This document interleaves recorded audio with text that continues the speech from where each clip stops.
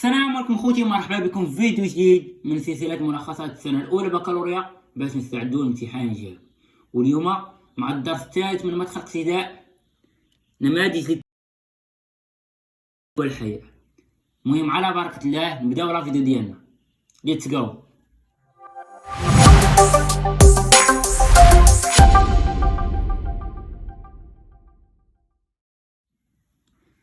أعد الرسول صلى الله عليه وسلم نماذج التأسي تحمل الرسالة، وهم جيل من الصحابة اختارهم الله ليتربوا على يد الرسول صلى الله عليه وسلم عليه الصلاة والسلام. أولا، البذل والحياء من خصال عثمان بن عفان رضي الله عنه. البذل: الإنفاق في الجهاد في سبيل الله، الإنفاق في المجاعة، والإنفاق في سقي الماء. خوتي كنحاول ماكسيموم تكون فيديوهات قصيرة باش ما تملوش وتنال إعجابكم.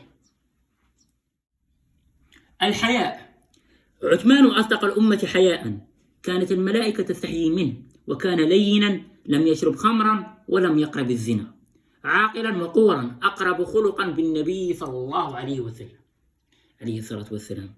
وقولوا عليه الصلاة والسلام. قال صلى الله عليه وسلم: أرحم أمتي بأمتي أبو بكر، وأشدهم في أمر الله عمر، وأصدقهم حياء عثمان. سبحان الله سبحان الله. اسمع هذاك اللي ممكن تغطس البصر ديالك، اسمع. ثانيا، المؤمن يدعو إلى الإسلام بأخلاقه وسلوكه.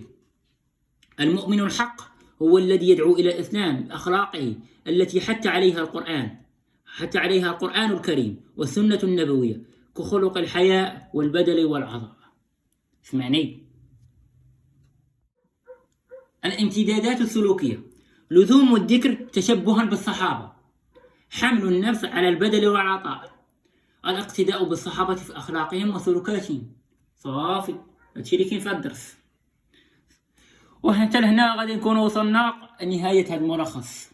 وإلا عجبك هادشي اللي كندير ما تبخلش عليا بواحد لايك وابوني وشي تعليق محفز. والله يسهل عليكم كاملين اخوتي، كنتمنى لكم الخير والله من قلبي. الله يسهل عليكم كاملين ويسر اموركم، والسلام عليكم.